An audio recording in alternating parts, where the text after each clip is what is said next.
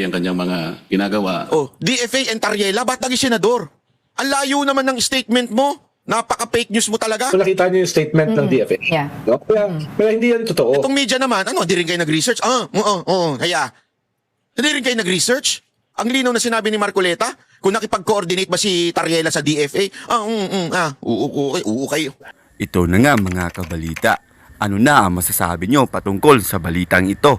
Please comment down below mga kabalita. Pag-usapan natin yan sa comment section. At kung di ka pa nakasubscribe sa ating channel, baka naman. Magandang araw sa inyo mga banateros. Ito na nga pag-usapan natin ng mga mainit na issue. Ay grabe ho Ngayon ay full force po ang mga pinklawan, dilawan, media, mga bayarang media, mga prostitute at kung ano-ano pa. At sila ho ay talagang todo-todo sa pagbanat dito kay Marcoleta. Grabe ho Gago! Pero bago po mangyari ang mga ganyang klaseng usapan, ulitin lang po natin mga kababayan, baka naman pwede mag-subscribe na po kayo kasi sa mga nanonood, 52% hindi nakasubscribe. Pero alam nyo nakita ko yung statistics medyo umaangat na po ito. Marami na po ang nanonood na nakasubscribe. Pero kung maaari pa, yung iba pa, yung remaining na nanonood, baka naman pwede hong tayo mag-subscribe. Okay. Ito na nga, pag-usapan na po natin kay Nantucha Gusto nyo away lagi ng away Kaya tuloy minsan napapagbintangan kang makakaliwa ka Ganyan ang gusto ng mga makakaliwa, away lagi Makakaliwa ka ba talaga? Nagtatanong lang. Dahil nag-cross sila ng party lines to unite in a statement defending our honor. No? At medyo mali yung sinasabi nila na walang coordination sa DFA. Dinipensahan nga ng DFA Wala daw coordination sa DFA. Di ba yung sasabi ni Marcoleta? Ito sabi nito tingnan nyo yung fake news na naman. Ito sabi niya, fake news to. Yung mga senador at saka kongresista. Kung nakita ito our honor. No? At medyo mali yung sinasabi nila na walang coordination sa DFA. Dinipensahan nga ng DFA yung ating mga senador at saka kongresista. Kung nakita niyo yung statement ng DFA. Yeah. No? Dito niya tinwis yung salita ni Marcoleta. Makinig ka, akala mo makakalusot kang animal ka. Sinasabi mo, dinipensahan daw, mali yung sinasabi nila Marcoleta daw. Okay? Na hindi nakikipag-coordinate ang mga senador at saka itong mga congressman. Yun ang sinabi nito. At sabi daw nito, dinipensahan ng DFA ang mga senador at congressman. Tanong, animal ka. Ano ba sinabi ni Marcoleta? DFA and congressman? Hindi nakikipag-coordinate? DFA and senators hindi nakikipag-coordinate? O DFA and Tariela? Si Tariela ang punto ni Marcoleta, hindi yung mga senador na yun. Makinig ka Mr. President, sa tanong ko po kanina kung ikinukonsulta ni Ginoong Tariela sa DFA ang kanyang mga ginagawa. Ano yung tanong niya? DFA and Tariela. Hindi DFA and senators and congressman. Bakit mo tinwis yung salita ni Marcoleta ang animal ka? Napaka-obvious Napaka-obvious na tinwis mo yung salita ni Marcoleta. Ang linaw na sinabi ni Marcoleta, nakikipag-coordinate ba ang DFA, si Tariela sa DFA? Si Tariela ang punto, hindi yung mga senators. Animal to. Pagpapahayag sa publiko at ang sinagot po ay siguro naman po maaari sapagkat yung pong presumption of regularity. Alam po ninyo nakausap Yan ang sagot ni Ontiveros, presumption of regularity. Pero ito, nakausap niya mismo ang DFA. ko ang Secretary of the Department of Foreign Affairs. Hindi po siya nakikipagkonsulta. Sa totoo lang, sa tansya ko po nung nag-uusap kami, ayaw din po ng DFA yung ginagawa ni Ginoong Tariela. Nahihirapan nga po sila. Yun ang pagkakasabi sa akin. Dahil imbes na makatulong sa kanilang gawain at sa kanilang responsibilidad na panatilihin natin yung gawin ba nating kahit na medyo mahirap. Ang sabi ko nga sa Chinese Ambassador, Mr. President, alam kong mahirap ang kalagayan natin. Pero kung papayag ka na ikaw baka ako naniniwala na pwede tayong magsimula na ang lahat ng isipin natin, lahat ng gawin natin ay mga bagay na pwede nating pagkaintindihan. Pwede tayong magkasundo. Doon tayo mauna. Iyon ba naniniwala ka? Naniniwala po sila, Mr. President. Kapag nagsimula tayo sa mga bagay na pwede nating pagkasunduan, halimbawa sabi ko, yun na lamang kako mga isda. Alam ko kako ang isda. Walang may-ari niyan. Common yan Yan pwede nating pag-umpisahan sa pamagitan ng traditional fishing rights. Sapagkat yung prinsipyo niyan, sabi kong ganyan, although it is covered by international law, hindi ka ako pinag-uusapan dyan ng teritoryo. Kasi kapag ka ang pag-uusapan, napunta na sa teritoryo, problematic na Pero pag-usapan muna natin ang mga isda. Yun. Sabi ko sa kanya, Sir President, nagawa ninyo sa Vietnam, nagkaroon kayo ng gulo dyan. Pero bakit nyo nagawa? Nagkaroon kayo ng agreement napartisyon nyo ang isang sukat ng karagatan doon sa Tonkin Gulf sa Vietnam. Nakagawa rin kayo ng ganyang klaseng pag-uusap at kontrata sa pagitan ng inyong bansa at ng Vietnam. Tungkol sa isda rin. At kahit may ang labanan ninyo sa pagitan ng Japan at ang bansa ninyo, nagawa nyo rin sa Japan. Ibig ko sabihin, meron tatlong pangyayari dito sa panig ng ating mundo na nagawa nating ayusin kahit isda lang ang pinag-umpisahan natin. Grabe ang ganda ng paliwanag dito ni ni Marcoleta. Talagang swak sa bangato eh. 'Di ba? Ang linaw ho. Nagawa niyo sa ibang bansa na napayagan ng makapangisda, nagkaroon kayo ng magandang kasunduan. Pwede ba magkaroon na tayo ng kasunduan? 'Di ba? Ito ang linaw ho. Hindi ba natin pwedeng gawin dito sa ating bansa? Sabi niya, pwede. Kaya lang, pakaiwasan naman natin itong ganito kasi, sabi niya. Kami naman nakahanda naman kami. At alam ko, Mr. President, nabasa ko sa dyaryo kaninang umaga, 17 yata sa ating mga fishermen ang kanilang sinalba. Mga bagay na pwede naman nating pasalamatan din sila. Kasi po kung... Ako po, Ang linaw niya na mga kababayan ha. Ang target ng usapan ng DFA ay si Tariela. Ang sabi etong loko-loko na to, yung mga senador. Ulitin natin ha. Nag-cross sila ng party lines to unite in a statement defending our honor.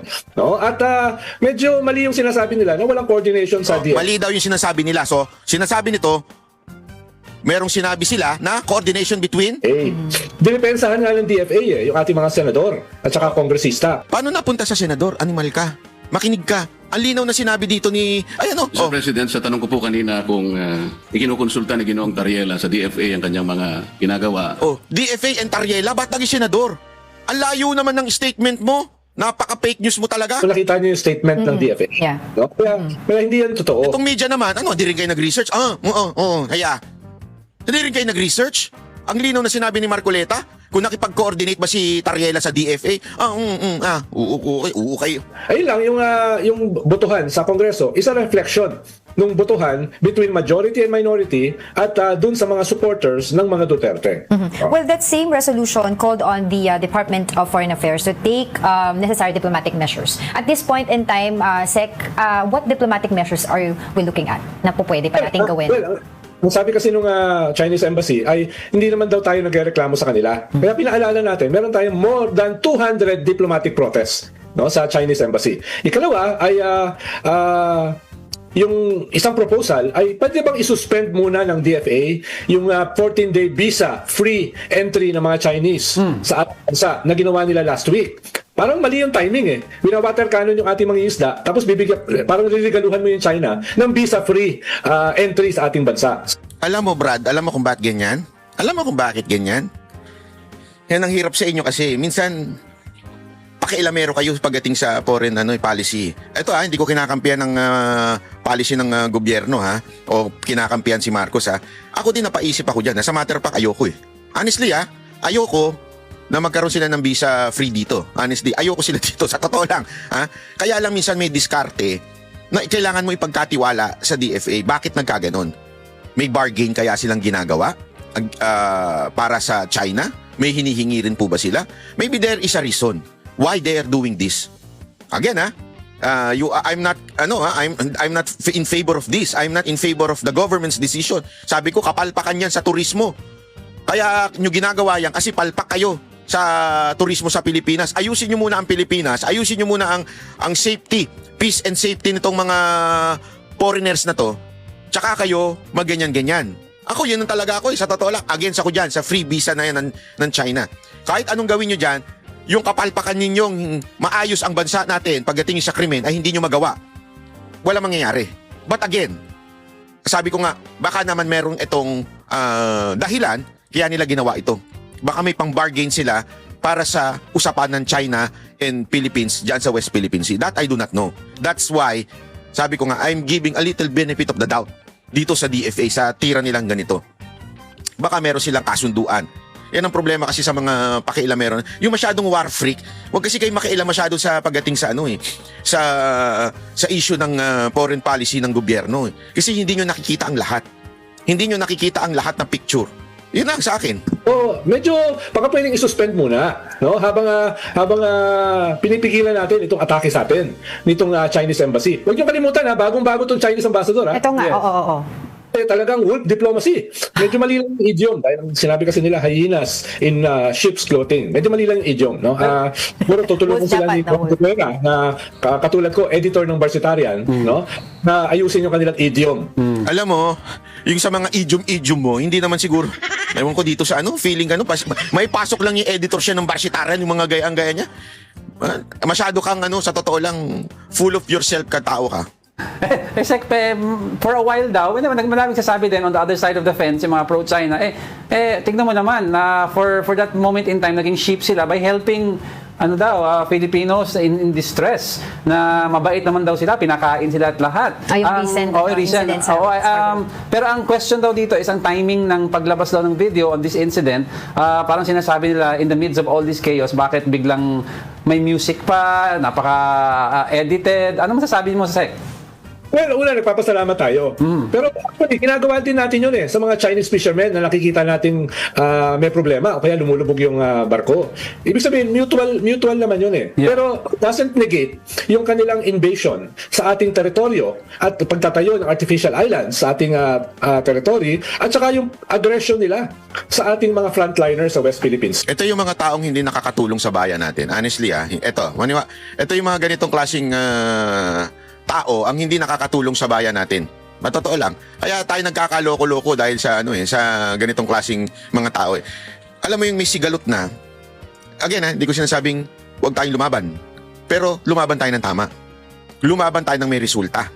Hindi yung nag-aaway na yung dalawa. Dalawang bansa nag-aaway na. Ikaw, yung kaibigan mo yung isa, anong gagawin mo doon sa kaibigan mo? Hawakan mo nga yung tenga. Hawakan mo nga yung tenga. Tang-ino, sinabi sa'yo. Ganyan ka daw. Parang ganun to, mga ganung kaibigan to . Yung nag-aaway na nga yung kaibigan mo tsaka yung isang kaibigan mo din, o kahit hindi mo na kaibigan mo, sabi, kaibigan mo tsaka yung kapitbahay niya, nag-aaway na sila. Di ba? Ikaw, kaibigan ka. Nandun ka sa bahay, nakatira nung kaibigan mo. Ano sinasabi mo? Alam mo yung kapitbahay natin, nilagay yung yung halaman niya sa may garden mo na, ino-occupy niya na yung anuhin mo yan, hawakan mo tenga niyan, basahin mo ng tubig yung niyan, anuhin mo yan. Kesa na, pare, siguro maganda kausapin natin yung pag-usapan na lang natin yan para maayos yan. Kasi kapitbahay natin yan . Alam mo yun, ang hirap makipag-away sa kapitbahay. Bakit? Kapitbahay mo . Sabihin, nandyan na yan. So, lagi na yun. Halimbawa ako, sa kondo, di ba? Pag nakatira ka sa kondo, ang hirap na may kaalitan kang another kondo. Unit. Ibig sabihin, yung katabi mo, kapitbahay mo. Diba? Minsan maingay sila, tawag doon, nagbabarena. Minsan ganun. Ang hirap awayin . Di ba? Kasi nga, tangina mamaya mag-away kami niyan. May mangyari pa sa amin, magkatabi unit lang kami. Halimbawa lang, anong gagawin mo? Susubukan mo ngayong kausapin muna. Di ba? Susubukan mo nang sabihin na, baka naman pwede, pakiusap naman. Alam ko, ganito, hindi tayo nagkakasundo dito sa issue ng oras kasi ako natutulog ako ng umaga, ikaw natutulog ka ng gabi. Pero baka pwedeng meet halfway naman tayo. Wag naman before mga 7 a.m., 8 o'clock, 9 o'clock, wag naman ganun. Pwede ba gawin mo naman ng mga alas 12, alauna? Usap kayo, bargain kayo ng isang oras. Masyado ng late yun, hindi nakakayanin. Baka pwede naman ganitong oras. Nagbabargain kayo. Hindi yung gagawin mo, putang ina mo ka, sige, sa gabi ako naman na magdi-drill. Sa gabi ako naman na mag-iingay, pupukpukin ko yung dingding ko. Ano mangyayari? Hindi, kayo sumagot. Kung nasa tamang kaisipan kayo, mga animal kayo sumagot. Ano sasabihin nyo? Hindi, pukpukin mo rin. Anuin mo rin, mag-ingay ka rin, laksan mo yung sounds mo sa gabi. Kasi ikaw ang gising sa gabi, sila sa umaga. Di ba? Ano mangyari? Tapos yung asawa mo, o si amuyong mo, yung asawa mo, alam mo yan, yung ganyan, dapat ginana yan . Guguluhin mo yan, dapat away mo yan. Kasi mga ganyan. Ano mangyayari? Maaayos ba? O lalong mag-e-escalate yung gulo? Yun ang sinasabi ko. Lalong mag-e-escalate yung gulo niyan dahil sa ikaw, kaysa na tinutulungan mo, halimbawa yung asawa, buti na lang wala akong asawa, buti na lang wala akong kasama. Kasi kung hindi, yan yung, dapat awayin mo yan, di ba ganyan? Buti na lang. Kung may ganyang asawa katulad nito, hindi, dapat ganito yan ito, tinan mo yung mga senador na yan, puro mga yan, pinagtatanggulan China kasi pro-Duterte yan. Yan ang dahilan kung bakit hindi naaayos minsan ang gulo. No? So, salamat, pero mag-ayos naman kayo. Huwag niyo naman kaming sakupin. Huwag niyo naman kaming i-harass. No? Yun naman sinasabi natin. Tapos, in spite of the music, parang music video no? Nakita niyo ba? Napanood niyo ba, Sek? Huwag natin kalimutan, ngayon yung 10th anniversary ng ating historic victory sa UNCLOS. Yes. Alam mo, ito nga yung sinasabi ni na napakaganda ang paliwanag ni Marcoleta. Meron tayong mga hindi pinagkakasunduan. Let's not talk about it. let's begin. Let's talk about what we can agree on. Ibig sabihin, marami tayong hindi pinagkakasunduan. Ibi-bring up ko to, ibi-bring up mo naman yung gusto mo. Di ba? Naintindihan nyo? Kasi nga, meron kayong hindi pinagkakasunduan. Every time na ilalaban mo yan, ilalaban niya to. The best negotiation is yung, wag mo na i-bring up muna yung hindi nyo pinagkakasunduan. Ilabas mo muna yung pinagkakasunduan ninyo. Ano yun? Diba? Yun ang malinaw doon, mga kababayan. Ang problema, dahil nga sa mga amuyong na ganito na puro fake news lang pinakakalat, wala nangyayari. Ngayon ako. Anyway, eto, maganda ito ha. Pakinggan nyo itong another issue na ito ha. Apakagaling ni ni Topacio dito sa kanyang paliwanag regarding sa pag-iiwas kay Romualdez. Alam mo, take note ha. Ang daming ginagamit ng kampo nila Romualdez para umiwas sa kanya yung flood control scandal. Ang dami, mamaya papaliwanag ko sa inyo. Walang kongresista na kaalyado ng pamahalaan ang dinawit. Ang idinadawit, yan, si Joel Villanueva at kamakailan lamang si Senator Bong Revilla. Nako. Okay. Ngayon, baka sabihin nyo, ngayon pinagtatanggol ko si Senator Bong. Alam nyo yan. Noong eleksyon, lagi nating sinasabi, Senator Bong, yung pagka-acquit mo, parang sinasabi yata nung Sandigan Bayan, ibalik mo yung pera, ba't hindi mo pa binabalik? Ayun. Pero acquitted siya roon. Opo. We acknowledge that as officers of the court. Pag acquitted ng korte, katulad nung si Hubert Webb, patagal kong pinaglaban yon. Pero nung na-acquit siya, sinabi ko, in public, nung tinanong ako ni Karen Davila, guilty ba or innocent si Hubert Webb? Ang sabi ko, I'm an officer of the court. Pag sinabi ng korte, inosente, Ito na nga mga kabalita. Ano na ang masasabi nyo patungkol sa balitang ito? Please comment down below mga kabalita. Pag-usapan natin yan sa comment section. At kung di ka pa nakasubscribe sa ating channel, baka naman